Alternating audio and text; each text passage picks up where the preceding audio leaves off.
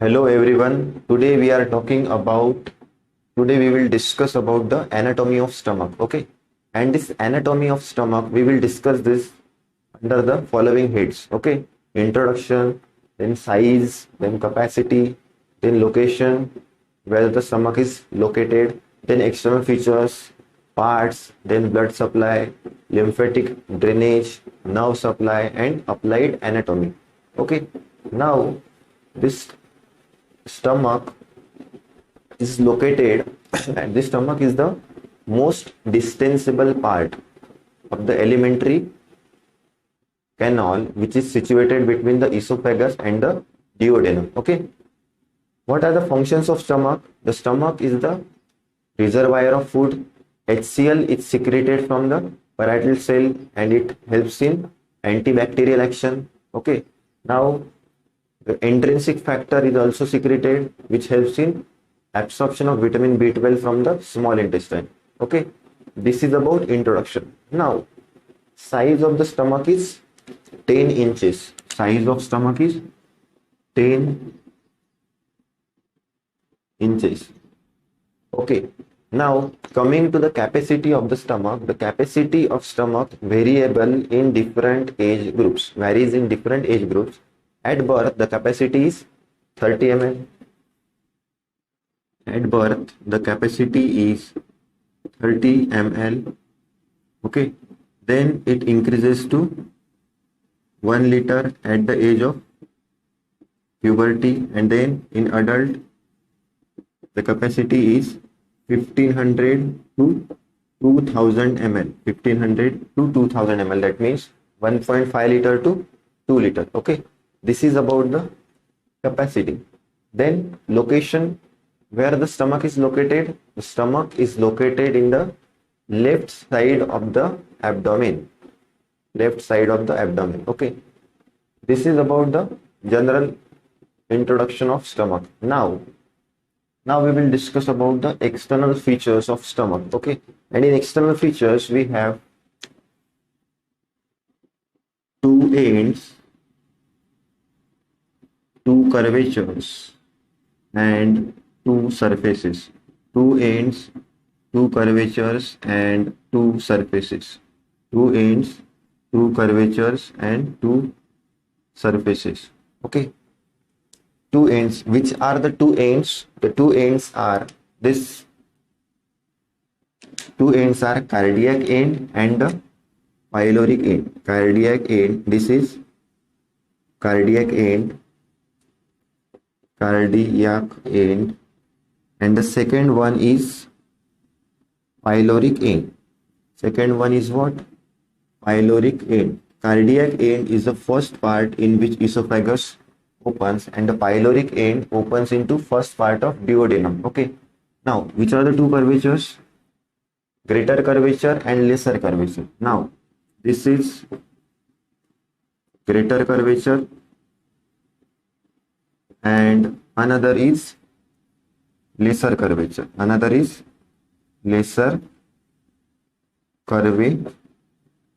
Okay, and the two surfaces, they are anterior surface and posterior surface. Okay, this is about the external features of stomach. Okay, now coming to the parts of stomach. The stomach has four parts. Okay, stomach has four parts. This is cardiac part, this is fundus. Okay, this is fundus, this one is body, this is cardiac part, and last is what? Pyloric part. Okay, pyloric part. This is pyloric antrum and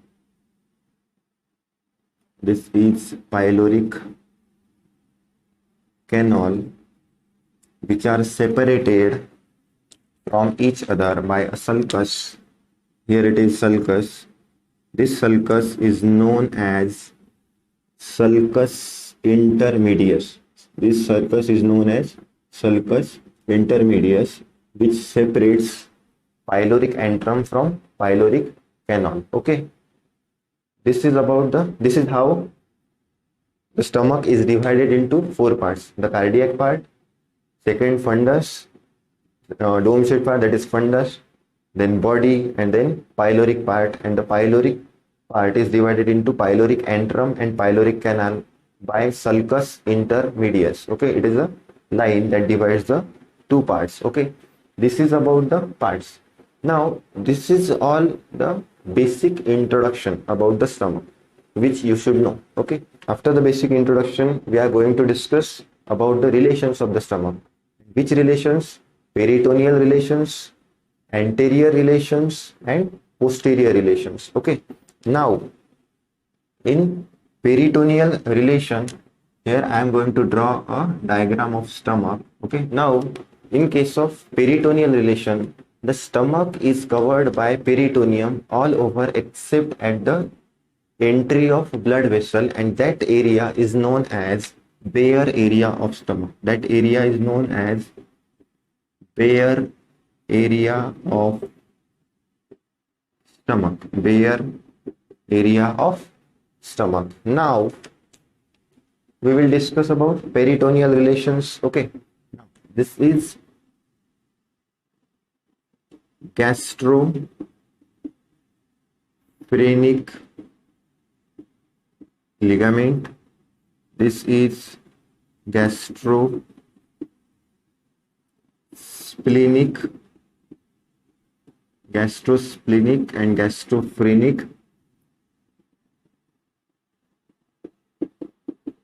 ligament. Okay, here hepatogastric ligament and hepatoduodenal ligament. Okay, hepatoduodenal ligament, and here it is greater omentum. Okay, greater omentum. Now we will discuss about the anterior relations of the stomach, and in anterior relations, this is diaphragm. Okay, this is diaphragm. Okay, this is now anterior relation. Right side is, on the right side we have this, on right side we have impression of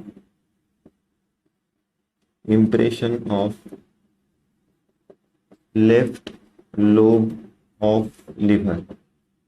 Impression of left lobe of liver. Okay, this right side. This is area related to liver. Okay, then on left side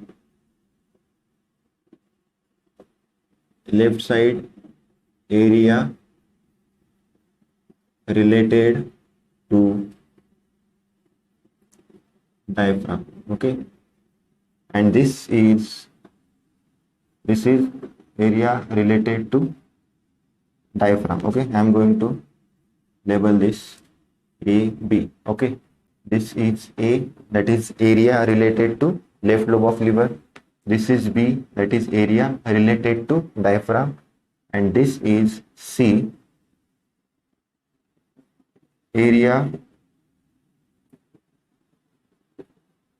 related to gastroduodenal area. Okay,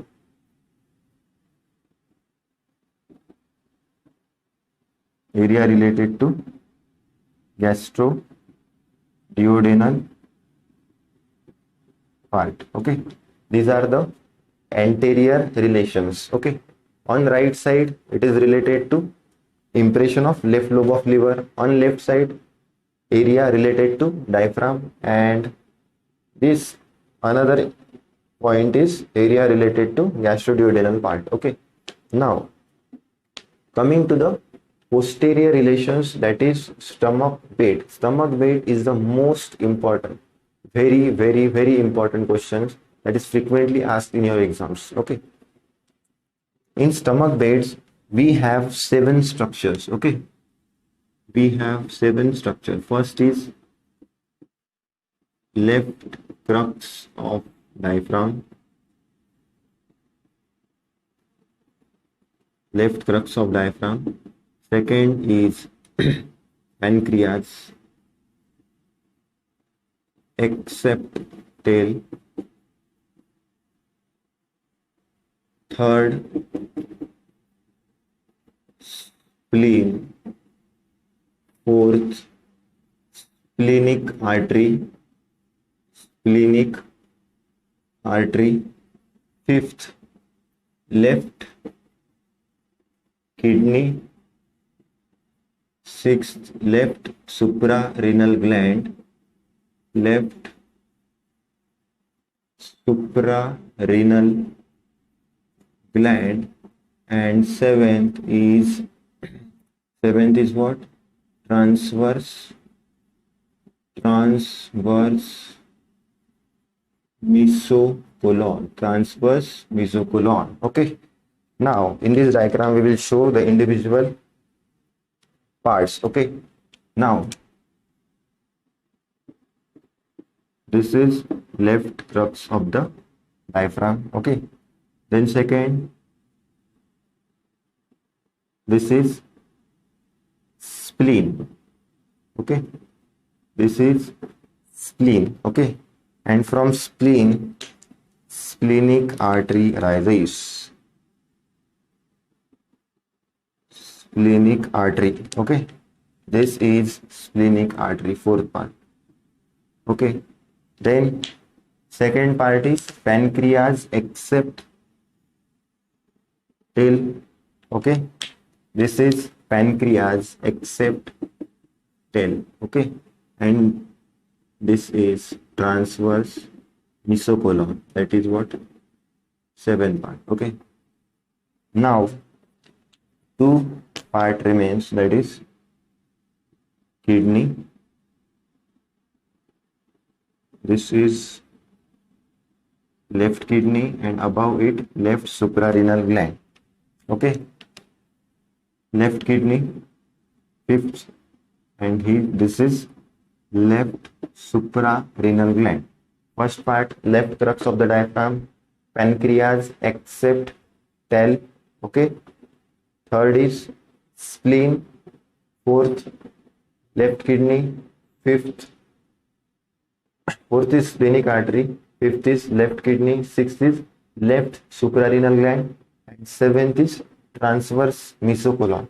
Okay, these are the structures included in stomach bed. Okay, now we will discuss about the blood supply of stomach. Okay, that is arterial supply and venous drainage of the stomach. Okay, now arterial supply of stomach is by left gastric artery and right gastric artery, right gastroepiploic artery and left gastroepiploic artery. Okay, now I will label this.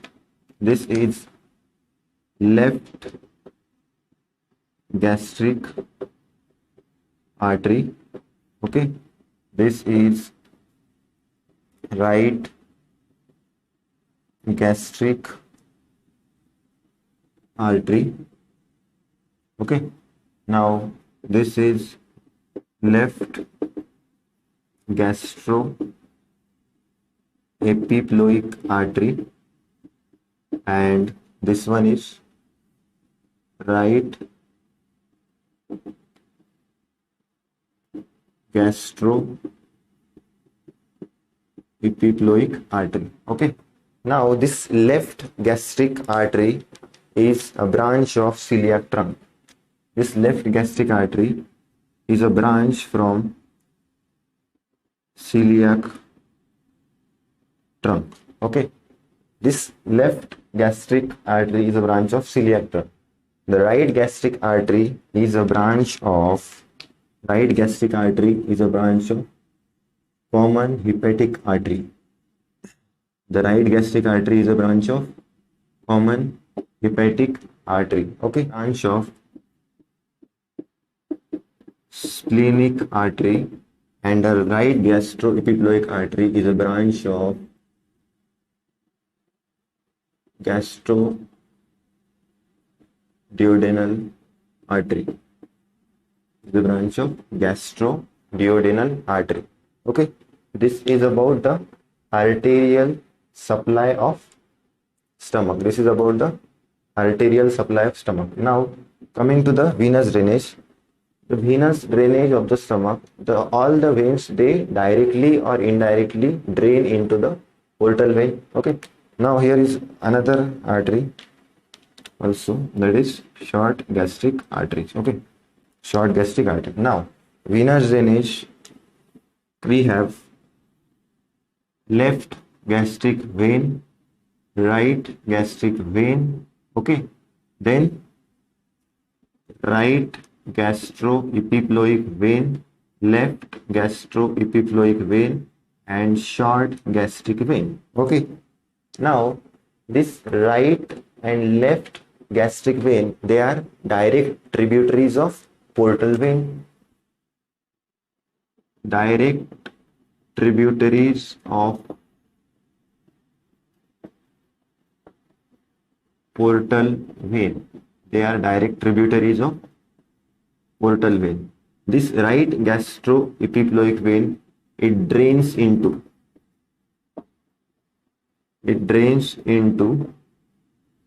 superior mesenteric vein, and the left gastroepiploic vein and short gastric vein, they drain into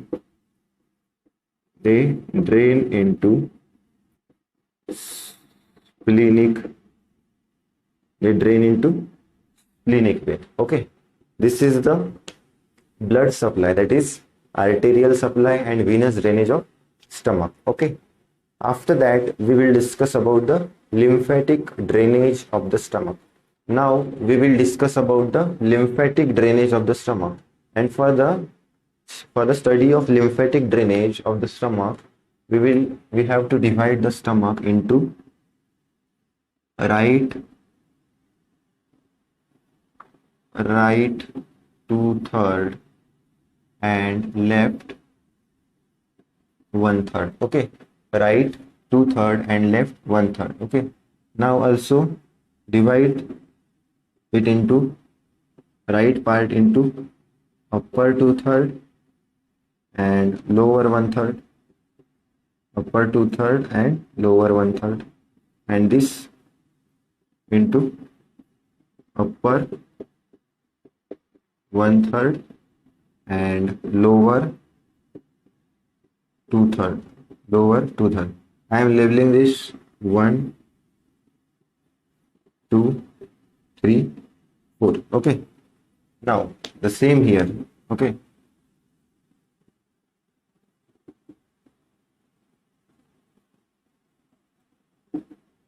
that is 1, this is 4. Okay, this is 2 and this is 3. Okay, now the lymph from second part is drained into pancreatico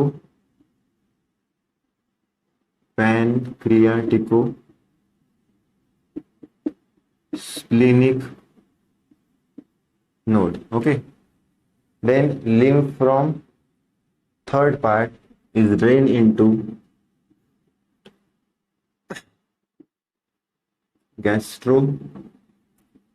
right gastroepiploic nodes, right gastroepiploic nodes, and pyloric node. Okay, third part. Now lymph from the first part is drained into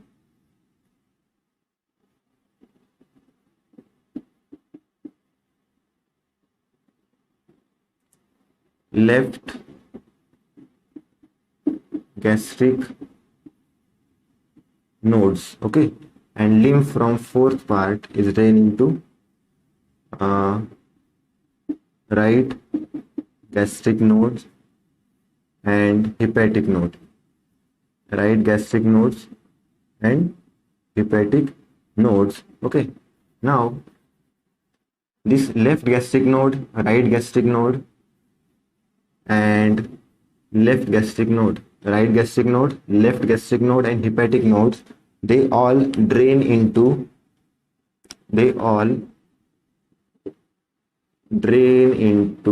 a celiac node which is present here. They all drain into celiac nodes. They all drain into celiac node. Now, this is about the lymphatic drainage of the stomach. And after that, we will discuss about the nerve supply of the stomach.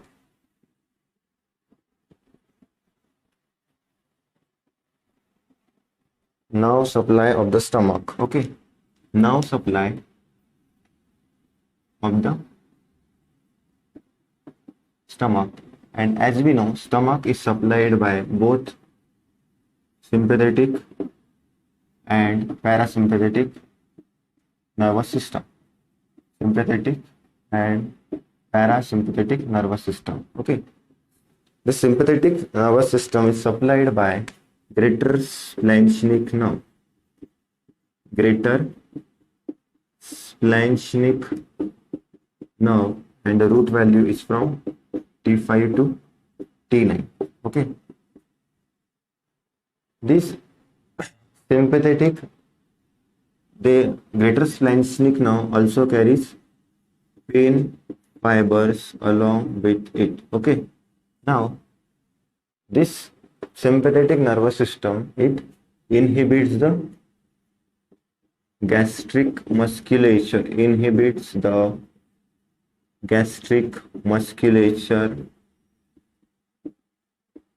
except pylorus part, inhibits gastric musculature except pylorus. That means sympathetic nervous system stimulates pylorus. Okay. Now, in case of parasympathetic, we have vagus nerve, and this vagus nerve is secretomotor in function.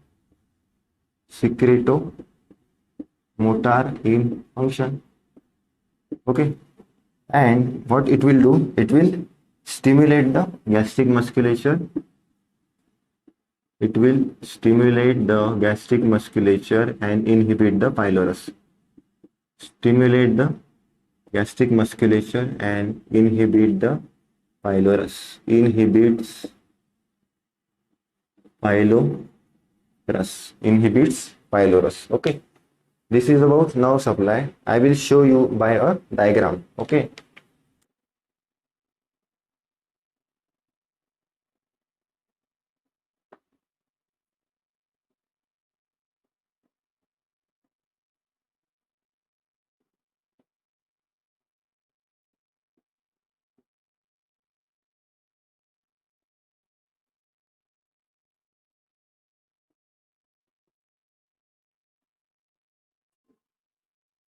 Now, you have to draw a nerve with yellow, but I don't have yellow marker. Okay. This is anterior vagal trunk. I have to draw here. This is anterior vagal trunk, and this anterior vagal trunk, it is derived from left vagus. This anterior vagal trunk, it gives hepatic branches and gastric branch. Okay, hepatic branch and gastric branch. And this hepatic branch is again ascending branch and descending branch. Okay, ascending branch and descending branch. This is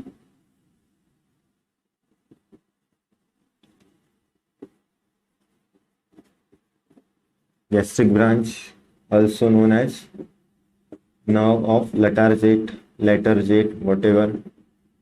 Okay. And second is, this is hepatic branch. This is hepatic branch, and this ascending hepatic branch and descending hepatic branch. Okay, now this posterior vagal trunk, it gives posterior, this is posterior vagal trunk and it is derived from right vagus. Okay, this posterior vagal trunk, it gives gastric branch, it gives celiac branch, and it gives nerve of third branch, that is nerve of Glassy. Okay, this is nerve of Glassy. This one is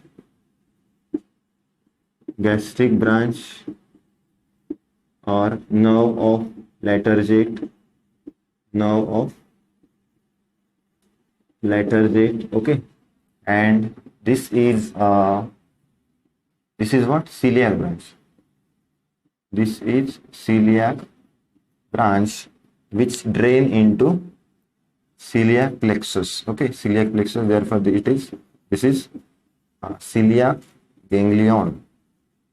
Celiac ganglion. Now coming to the last part, that is applied part, and in applied part we have vagotomy.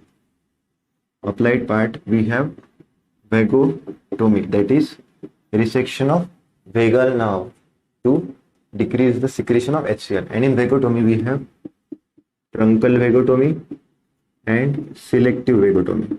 Okay, truncal vagotomy and selective vagotomy. In truncal vagotomy, both anterior and posterior vagal trunk are resected, while in case of selective vagotomy, it spares celiac branch and hepatic branch. It spares celiac branch and hepatic branch. Okay, now, but the disadvantage of both these is that it damages the nerve supply of pylorus, and as it is damaging the nerve supply of pylorus, the gastric emptying is affected. The gastric emptying is affected. Now guys, this is all about the anatomy of stomach, and in anatomy we have covered all the points, and all the points are important via exam point of view. Thank you so much. Keep watching.